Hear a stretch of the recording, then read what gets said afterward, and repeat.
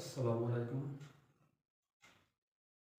BBN MB solution ছাত্রদের পক্ষ থেকে সবাইকে জানাই অভিনন্দন ও শুভেচ্ছা। আজকে আমরা আলোচনা করব principal of finance, fundamental of ফিনান্সের অত্যন্ত গুরুত্বপূর্ণ একটা অধ্যায় বন্ড ভ্যালুয়েশন। আমরা বিগত দুটি ক্লাসে ফর্মুলা এবং অপরিষ্কৃত এবং জিরো অ্যামাউন্ট বন্ড নিয়ে আলোচনা করছি। আজকে আমরা আলোচনা করব পরিশোধিত বন্ড নিয়ে। তার আগে সবার কাছে অনুরোধ, যারা আমাদের পেজটিতে নতুন তারা অবশ্যই আমাদের বিবিএন এমবি সলিউশন পেজটি ফলো করে আমাদের সাথে থাকবেন, এবং যারা আমাদের ক্লাসগুলো নিয়মিত দেখেন তাদের কাছে অনুরোধ, আমাদের ক্লাসগুলো দ্রুত পেতে বিবিএমবি 24 ইউটিউব চ্যানেলটি সাবস্ক্রাইব করে আমাদের সাথে থাকার জন্য অনুরোধ রইল। আমরা এখন সরাসরি অঙ্কে চলে যাব। আমরা 2016 সালের একটি অঙ্ক লিখে রাখছি হোয়াইট বোর্ডে। অঙ্কটি আপনারা দেখবেন, তাহলে পড়াই আপনাদের বোঝানোর পরে সমাধান করার চেষ্টা করব। শুরুতে বলি পরিশোধিত বন্ড চেনার উপায়। এই বন্ডে অবশ্যই সময় উল্লেখ থাকবে। কুপন রেট এবং ডিসকাউন্ট রেট পৃথকভাবে দেওয়া থাকবে। আরও কিছু কথা না বললে নয়, আমরা টাইম ভ্যালু অফ মানি অর্থাৎ অর্থের সময় মূল্য অঙ্ক করার সময় যখন আমরা এম এবং এন এর ব্যবহার করছি, অর্থাৎ অঙ্কে যদি একাধিকবার সুদ গণনার কথা বলে সেক্ষেত্রে আমরা এম এর ব্যবহার করছি। এম বলতে বোঝায় অর্থাৎ ওই কিস্তির পরিমাণ বা একাধিক কিস্তি। তো এম আমরা ওই জায়গাতে যেমন ব্যবহার করছি, সেমিয়ানলি বা হাফ অ্যানুয়ালি থাকলে 2, কোয়ার্টারলি থাকলে 4, বিমান্থলি থাকলে 6, মান্থলি থাকলে 12, উইকলি থাকলে 52 এবং ডে থাকলে 360। এখানেও ঠিক এই মানগুলো প্রযোজ্য হবে। আমি যে অঙ্কটি লিখছি এই অঙ্কটিতে বি মান্থলি বলা আছে, অর্থাৎ এখানে এম এর ব্যবহার হবে, যার কারণে আপনাদেরকে জানিয়ে রাখলাম। আর এম এর কাজ আপনারা হেয়ারে সাইডে করে নিতে পারেন অথবা সূত্রে সরাসরি দেখাতে পারেন, সেক্ষেত্রে কোনো সমস্যা নেই। শুধু মনে রাখতে হবে যেখানে যেখানে আর থাকবে সেখানে এই এম এর মান দ্বারা ভাগ হবে, এবং যেখানে এন থাকবে সেখানে সময়কে এম এর মান দ্বারা গুণ হবে। যাই হোক, আমরা এখন অঙ্কটি পড়ি। 2016 সালে অঙ্কটিতে বলছিল following are the information of bond, বলছে বন্ড সংক্রান্ত কিছু তথ্য তুলে ধরা হলো, সেটা তোমাকে দেখতে বলছে।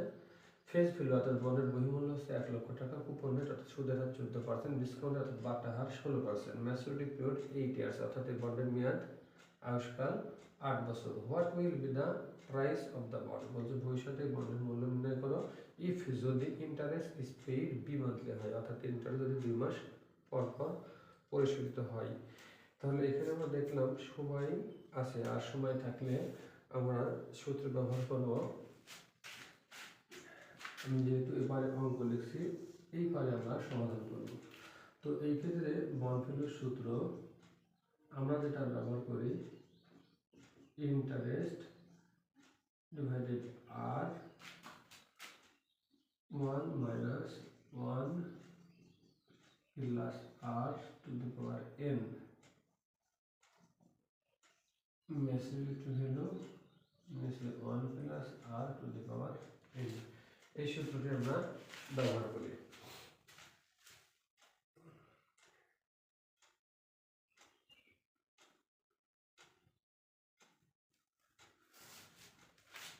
যাই হোক, এখন আমরা যেহেতু আমাদের ওখানে সাইডে জায়গা কম, সেহেতু আমরা এবার একটু কাজ করে নিতে পারি। এই জায়গাতে আমরা কিছুটা কাজ করে নিতে পারি, অর্থাৎ এই হিয়ারের অংশটা আমরা এখানে করে নিতে পারি। তাহলে এই জায়গাতে আমাদের দেখুন ফেস ভ্যালু অঙ্কে আমি টোটালটা না লিখে আমি একটু শর্ট করে লিখি, অর্থাৎ এর ভ্যালু 1 লক্ষ টাকা।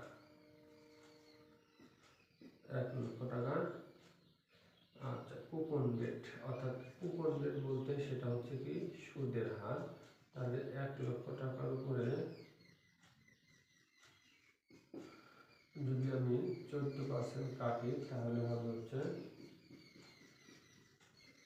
14,000 টাকা। ডিসকাউন্ট রেট এটা হচ্ছে আর এর মান, এই হলো আর এর মান হচ্ছে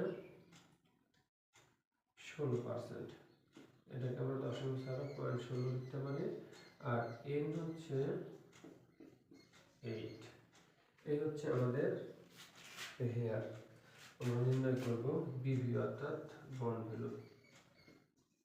এখন কথা হলো, আমরা বলছিলাম যে যেখানে যেখানে রেট বা সুদের কাজ হবে সেখানে আমাদের এই বি মান্থলির জন্য এম দ্বারা ভাগ হবে। তাহলে বি মান্থলির জন্য এম এর মান হচ্ছে 6, সেহেতু এখন আমরা এই 14কে 6 দিয়ে ভাগ দেব, এই 0.16কে আমরা 6 দিয়ে ভাগ দেব এবং এই এমকে আমরা 6 দ্বারা গুণ করবো। তাহলে 6 8টা 48, 16কে যদি আমরা ভাগ দিই তাহলে 0.16 ভাগ 6, তাহলে আসবে 0.0266।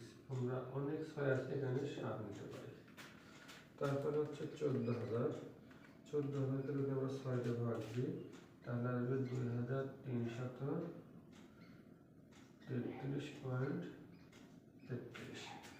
এখন যদি আমরা সূত্রে মান বসাই তাহলে দেখুন, তাহলে ইন্টারনেট আসলে কত, 2333.33। আর এর মান আমরা বের করছি কত, 0.0267।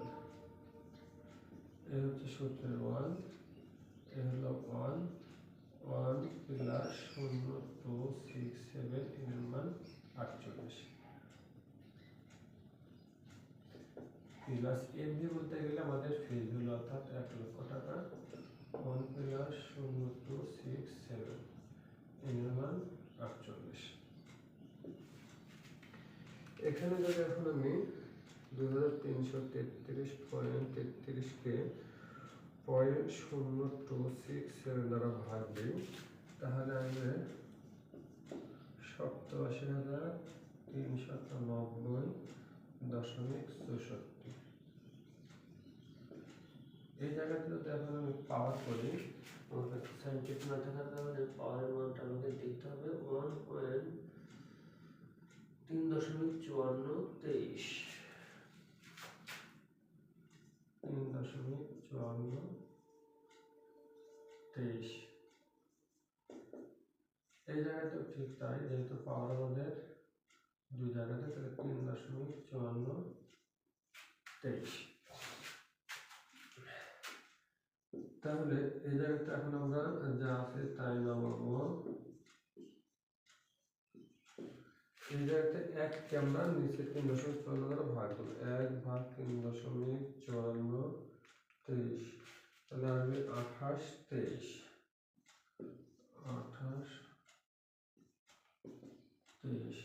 এই জায়গাতে আমরা 1 লাখকে যদি ভাগ দিই, 1 লাখ ভাগ 3.5423, তাহলে আসবে 28,230। 28,230.25 করা হয়। এখন 87,390.64 এখানে গুণ, সেকেন্ড ব্র্যাকেট মানে হচ্ছে সেটা গুণ, তাহলে 1 মাইনাস 0.02823,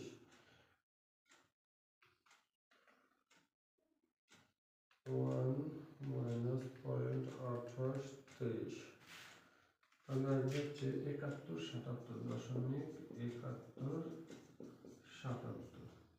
এখানে আমাদের 28,230.25 আছে।